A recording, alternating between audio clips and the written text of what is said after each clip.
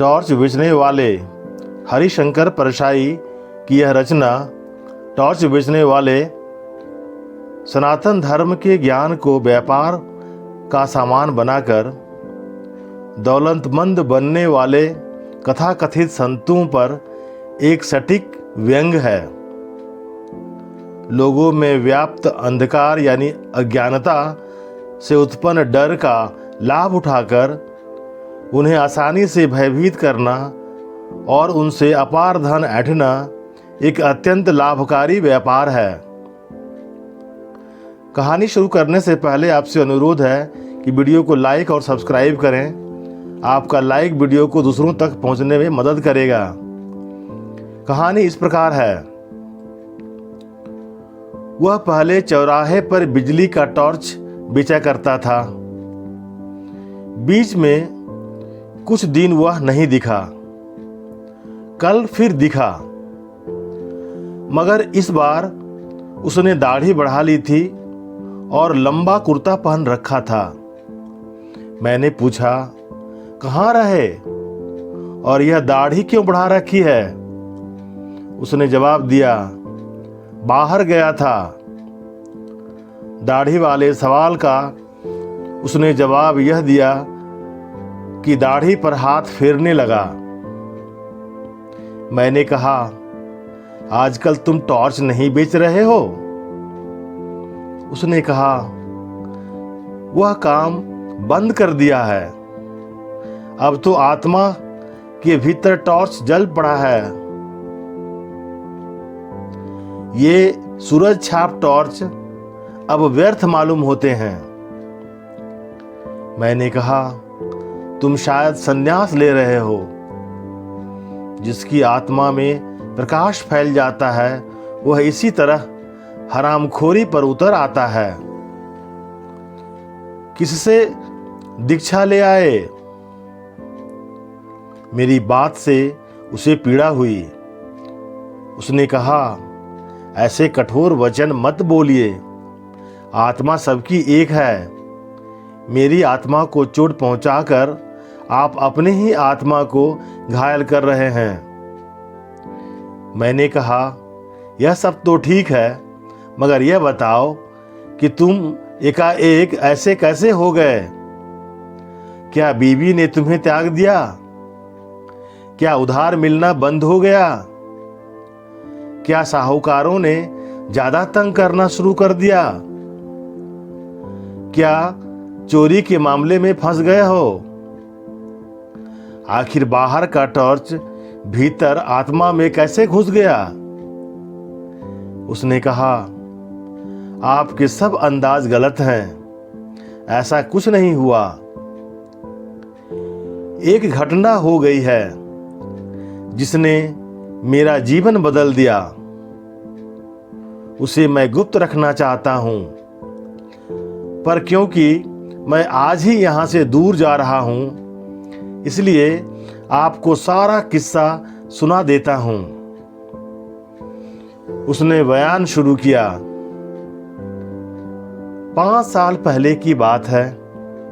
मैं अपने एक दोस्त के साथ हताश एक जगह बैठा था। हमारे सामने आसमान को छूता हुआ एक बड़ा सवाल खड़ा था। वह सवाल था, पैसा कैसे पैदा करें? हम दोनों ने इस सवाल की एक एक टांग पकड़ी और उसे हटाने की कोशिश करने लगे। हमें पसीना आ गया, पर सवाल हिला भी नहीं। दोस्त ने कहा, यार, यह सवाल के पांव जमीन में गहरे गड़े हैं। यह उखड़ेगा नहीं। इसे टाल जाएं। हमने दूसरी तरफ मुंह फेर लिया, पर वह सवाल फिर हमारे सामने आकर खड़ा हो गया। तब मैंने कहा, यार, यह सवाल टलेगा नहीं। चलो इसे हल ही कर दें। पैसा पैदा करने के लिए कुछ काम धंधा करें। हम उसी वक्त अलग अलग दिशाओं में अपनी अपनी किस्मत आजमाने निकल पड़े। फिर 5 साल बाद ठीक उसी तारीख को, उसी वक्त हम यहाँ मिलेंगे। दोस्त ने कहा, यार साथ ही क्यों न चलें? मैंने कहा, नहीं, किस्मत आजमाने वालों की जितनी पुरानी कथाएं मैंने पढ़ी है, सब में वे अलग अलग दिशा में जाते हैं। साथ जाने में किस्मतों के टकराव होने का डर रहता है। तो साहब, हम अलग अलग चल पड़े। मैंने टॉर्च बेचने का धंधा शुरू कर दिया। चौराहे पर या मैदान में लोगों को इकट्ठा कर लेता और बहुत ही नाटकीय ढंग से कहता, आजकल सब जगह अंधेरा छाया रहता है, रातें बेहद काली होती हैं, अपना ही हाथ नहीं सूझता, आदमी को रास्ता नहीं दिखता, वह भटक जाता है, उसके पांव कांटों से बिंध जाते हैं, वह गिरता है और उसके घुटने लहूलुहान हो जाते हैं। उसके आसपास भयानक अंधेरा है। शेर और चीते चारों तरफ घूम रहे हैं। सांप जमीन पर रेंग रहे हैं। अंधेरा सबको निगल रहा है। अंधेरा घर में भी है। आदमी रात को पेशाब करने उठता है और सांप पर उसका पांव पड़ जाता है। सांप उसे डस लेता है और वह मर जाता है। आपने तो देखा ही है साहब कि लोग मेरी बातें सुनकर कैसे डर जाते थे। भरी दोपहरी में वे अंधेरे के डर से कांपने लगते थे। आदमी को डराना कितना आसान है। लोग डर जाते हैं। तब मैं कहता, भाइयों, यह सही है कि अंधेरा है, मगर प्रकाश भी है। वही प्रकाश मैं आपको देने आया हूं। हमारी सूरज छाप टॉर्च में वह प्रकाश है जो अंधकार को दूर भगा देता है। इसी वक्त सूरज छाप टॉर्च खरीदो और अंधेरे को दूर करो। जिन भाइयों को चाहिए, हाथ ऊंचा करे। साहब, मेरे टॉर्च बिक जाते और मैं मजे से जिंदगी गुजारने लगा। वायदे के मुताबिक ठीक 5 वर्ष बाद मैं उस जगह पहुंचा जहां मुझे दोस्त से मिलना था। वहां दिन भर मैंने उसकी राह देखी, वह नहीं आया। क्या हुआ? क्या वह भूल गया, या वह इस अब संसार में ही नहीं है? मैं उसे ढूंढने निकल पड़ा। एक शाम जब मैं एक शहर की सड़क पर चला जा रहा था, मैंने देखा कि पास के मैदान में खूब रोशनी है और एक साथ मंच सजा है। लाउड स्पीकर लगे हैं। मैदान में हजारों नर नारी श्रद्धा से झुके बैठे हैं। मंच पर सुंदर रेशमी वस्त्रों से सजे हुए एक भव्य पुरुष बैठे हैं। वे खूब पुष्ट हैं। संवरी हुई लंबी दाढ़ी है और पीठ पर लहराते लंबे केश हैं। मैं भीड़ के एक कोने में जाकर बैठ गया। भव्य पुरुष फिल्मों के संत लग रहे थे। उन्होंने गुरु गंभीर वाणी में प्रवचन शुरू किया। वे इस तरह बोल रहे थे जैसे आकाश के किसी कोने से कोई रहस्यमय संदेश उनके कान में सुनाई पड़ रहा हो और वे भाषण दे रहे थे। वे कह रहे थे, मैं आज मनुष्य को एक घने अंधकार में देख रहा हूं। उसके भीतर कुछ बुझ गया है। यह युग ही अंधकारमय है। यह सर्वग्राही अंधकार संपूर्ण विश्व को उसके उदर में छुपाए है। आज मनुष्य इस अंधकार से घबरा उठा है, वह पथभ्रष्ट हो गया है। आज आत्मा में भी अंधकार है, अंतर की आंखें ज्योतिहीन हो गई हैं, वे उसे भेद नहीं पाती। मानव आत्मा अंधकार में घुटती है। मैं देख रहा हूं मनुष्य की आत्मा भय और पीड़ा से त्रस्त है। इसी तरह वे बोलते गए और लोग स्तब्ध होकर सुनते गए। मुझे हंसी छूट रही थी। एक दो बार दबाते दबाते भी हंसी फूट गई और पास के श्रोताओं ने मुझे डांटा।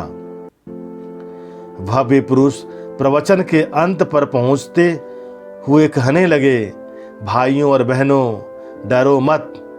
जहां अंधकार है वहीं प्रकाश है। अंधकार में प्रकाश की किरण है। जैसे आकाश में अंधकार की किंचित कालिमा है, प्रकाश भी है। प्रकाश बाहर नहीं है, उसे अंतर में खोजो। अंतर में बुझी उस ज्योति को जगाओ। मैं तुम सबका उस ज्योति को जगाने के लिए आह्वान करता हूं। मैं तुम्हारे भीतर वही शाश्वत ज्योति को जगाना चाहता हूं। हमारे साधना मंदिर में आकर उस ज्योति को अपने भीतर जगाओ। साहब, अब तो मैं खिलखिलाकर हंस पड़ा। पास के लोगों ने मुझे धक्का देकर भगा दिया। मैं मंच के पास जाकर खड़ा हो गया। भव्य पुरुष मंच से उतरकर कार पर बैठ गए थे। मैंने उन्हें ध्यान से पास से देखा। उनकी दाढ़ी बढ़ी हुई थी, इसलिए मैं थोड़ा झिझका, पर मेरी तो दाढ़ी नहीं थी। मैं तो उसी मौलिक रूप में था। उन्होंने मुझे पहचान लिया। बोले, अरे तुम।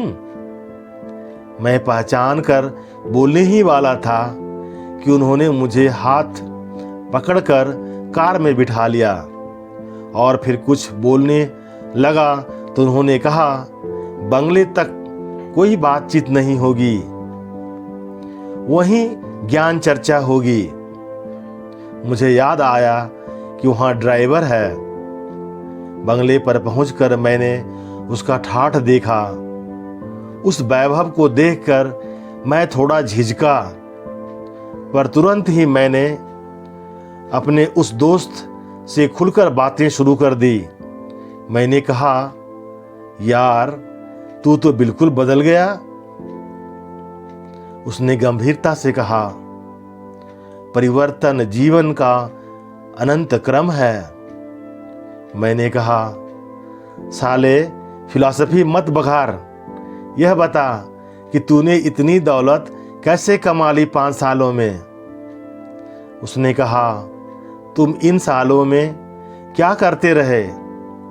मैंने कहा, मैं तो घूम घूम कर टॉर्च बेचता रहा।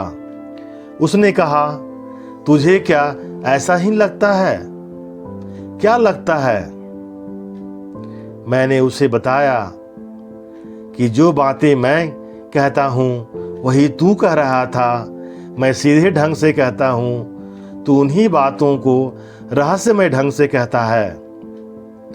अंधेरे का डर दिखाकर लोगों को टॉर्च बेचता हूं। तू भी अभी लोगों को अंधेरे का डर दिखा रहा था। तू भी जरूर टॉर्च बेचता है। उसने कहा, तुम मुझे नहीं जानते, मैं टॉर्च क्यों बेचूं? मैं साधु, दार्शनिक और संत कहलाता हूं। मैंने कहा, तुम कुछ भी कहलाओ, बेचते तुम टॉर्च हो। तुम्हारे और मेरे प्रवचन एक जैसे हैं। चाहे कोई दार्शनिक बने, संत बने या साधु बने, अगर वह लोगों को अंधेरे का डर दिखाता है तो जरूर अपनी कंपनी का टॉर्च बेचना चाहता है। तुम जैसे लोगों के लिए हमेशा ही अंधकार छाया रहता है। बताओ, तुम्हारे जैसे किसी आदमी ने हजारों में कभी भी यह कहा कि आज दुनिया में प्रकाश फैली है? कभी नहीं कहा। क्यों? क्योंकि उन्हें अपनी कंपनी का टॉर्च बेचना है। मैं खुद भरी दोपहरी में लोगों से कहता हूं कि अंधकार छाया हुआ है। बता, किस कंपनी का टॉर्च बेचता है? मेरी बातों ने उसे ठिकाने पर ला दिया था। उसने सहज ढंग से कहा, तेरी बात ठीक ही है। मेरी कंपनी नई नहीं है, सनातन है। मैंने पूछा, कहाँ है तेरी दुकान? नमूने के लिए एक आध टॉर्च तो दिखा। सूरज छाप टॉर्च से बहुत ज्यादा बिक्री है इसकी। उसने कहा, उस टॉर्च की कोई दुकान बाजार में नहीं है। वह बहुत सूक्ष्म है, मगर कीमत उसकी बहुत मिल जाती है। तू 1-2 दिन रह तो मैं तुझे सब समझा देता हूं। तो साहब, मैं 2 दिन उसके पास रहा। तीसरे दिन सूरज छाप टॉर्च की पेटी को नदी में फेंककर नया काम शुरू कर दिया। वह अपनी दाढ़ी पर हाथ फेरने लगा, बोला, बस 1 महीने की देर और है। मैंने पूछा, तो अब कौन सा धंधा करोगे? उसने कहा, धंधा वही करूंगा, यानी टॉर्च बेचूंगा। बस कंपनी बदल रहा हूं। इति श्री।